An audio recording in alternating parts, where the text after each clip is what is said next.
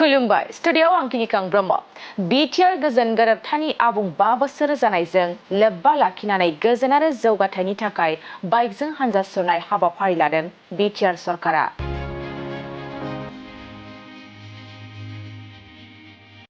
BTR सरकारनि आबुं 5 बोसोर जानायजों लोब्बा लाखिनानै बिटिआर सरकारा गंफ्रोमबो ब्लकफ्राव गोजोन आरो जौगाथायनि थाखाय बाइकजों हानजा सुरनाय हाबाफारि लानो बिथोन होनाय बादियै क'क्राझार जिल्लानि मोनब्रै ब्लक फारियै सालाकाथि ब्लक, देबोरगाव ब्लक, बंग्रगाव ब्लक आरो बावखुंग्रि ब्लकफोरनि जथाय बाइकजों हानजा सुरनाय हाबाफारिखौ बानजायदों। बिटिआर गोजोन गोरोबथानि आबुं 5 बोसोर जानायजों लोब्बा लाखिनानै क'क्राझारनि मोनब्रै ब्लकफोरनि जथाय बानजायनायाव बे बाइकजों हानजा सुरनाय हाबाफारिया क'क्राझार ग्रिनफिल्डनिफ्राय जागायजेननानै क'क्राझार सहरनि सोरगिदिं गिदिंनानै फिन ग्रिनफिल्डआवनो जोबथा फैयो। दिनैनि बे बाइकजों हानजा सुरनाय हाबाफारिखौ फ्लेग अफ खालामनानै बेखेवनानै होयो क'क्राझार जिल्लानि जिल्ला बेंगिरि मार्सान्डा मेगदालिन पार्टिना। हाबाफारियाव बिटिआरनि गाहाय मावफुं सोद्रोमा प्रमद बर', एमएलए लरेन्स इस्लारि आरो गुबुन सोद्रोमाफ्रा बाहागो लायो।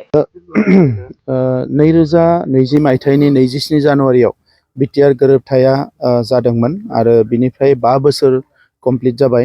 दा बे 5 बोसोराव जोंनि जिखिनि दफाफोर गोबाङानो इमप्लिमेन्ट जाबाय, माखासेया दंबावो। बेखौ जोङो लासै जोङो इमप्लिमेन्ट खालामनो थाखाय सानदों। दिनै बयबो रायलायनाय मोनसे बाथ्राया जाबाय जे एनडिपिनि जोंनि दैदेनगिरि बिथांमोना जेलाव दङ आरो जिखिना आगोलावनो कनभिक्ट जाखादोंमोन बिथांमोनखौ जुडिशियेल प्रसेसनि गेजेरजों केसखौ फोजोबनांगोन। नंखायनो माखासे प्रसेसा सोलिगासिनो दङ।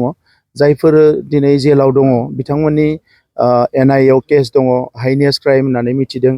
थेवबो बिनि नेचारा एसे जुदा। बे केसखिनिखौ लाबोफिननो थाखाय आसाम सरकारा भारत सरकारनियाव लिरहरदों। जों बयबो नारसिननाय आरो सावरायनायजों दा बे केसखिनिखौ रिटार्न फैनाय लोगो लोगोनो माखासे केसा जोबगोन आरो जायखिना कनभिक्टेड जाखाबाय बेखिनिखौबो सावरायबाय थानाय जादों। दायो सुप्रिम कर्टआव बे केसखौ नांबाय थानाय जादों। बिथांमोना माखासे मानसिया बेखौ नेतृत्व लादों आरो जों सापर्ट होगासिनो दङ। दा बे केसखौबो जोङो लासैनो गभर्नमेन्टनिफ्रायबो खोब सावरायनो थाखाय जोङो लामा लादों जाहाथे फोजोबनो हायो। जिहेतु जुडिसियारिनि सायावनो सोनारनानै माखासे मानसिफ्रा खामानि मावबाय थादोंमोन। दा बे लाइनावनो जोंबो लामा नायदों। नाथाय थेवबो पलिटिकेल लाइनावबो जोङो आरोबाव प्रेसार होनानै खामानि मावनो थाखाय थियारि जागासिनो दङ। आङो मिजिंथिदों बे केसफोरखौ जों लासै फोजोबजोबनो हागोन। बेखौ नागारनानै जि गामि सोसननाय, दासिम 60 गामि सोसननाय जाबाय। बाखि गामिफोरखौबो सोसननो थाखाय खामानि मावगासिनो दङ। बिनि गेजेराव मोनसेया जाहैबाय नैबे माबाया मा होनो इखो जोंहा जिखिनि सनितपुर आरो बिश्वनाथनि फरेस्ट एरियानि हा। दा बे फरेस्टआव आगोलाव मानसि गैयि बायदि बिथांमोना बुङोमोन। नाथाय दा फरेस्ट एरियायाव जिखिनि रायजो जाबाय बिथांमोननि मेजरिटि मेक्सिमामनिनो हानि मोन्थायखौ होनाय जाबाय। दा बियो लासैनो बे ओनसोलफ्राबो रेभिनिउ लाइनाव फैगासिनो दङ।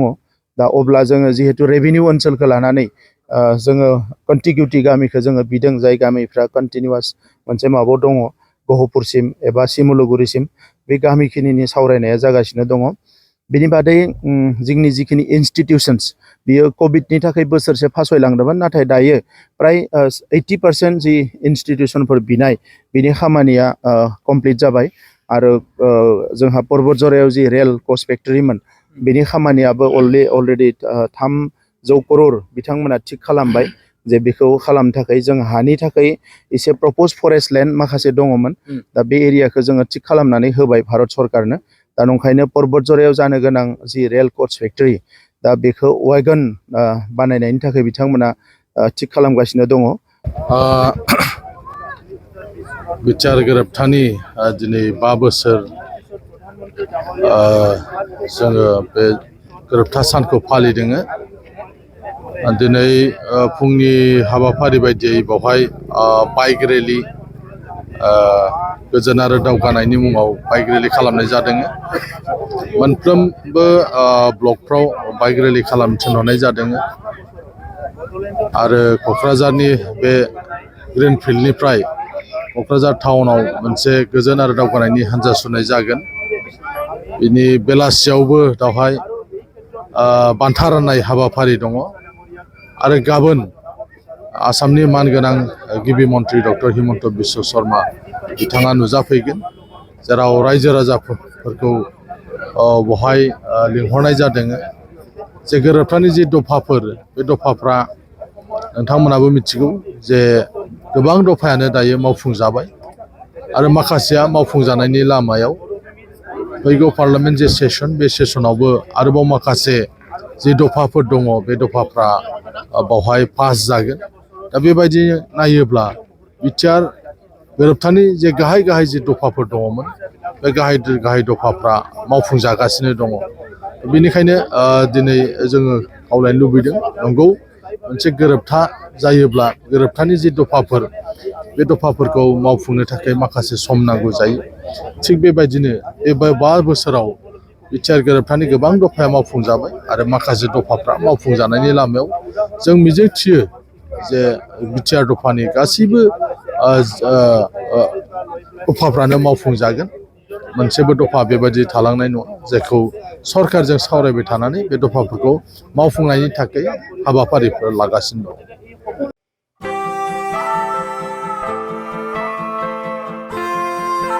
ब्रैथि क'क्राझार थुनलाइयारि फोरबो खुंफुंनो थाखाय साखाफारा।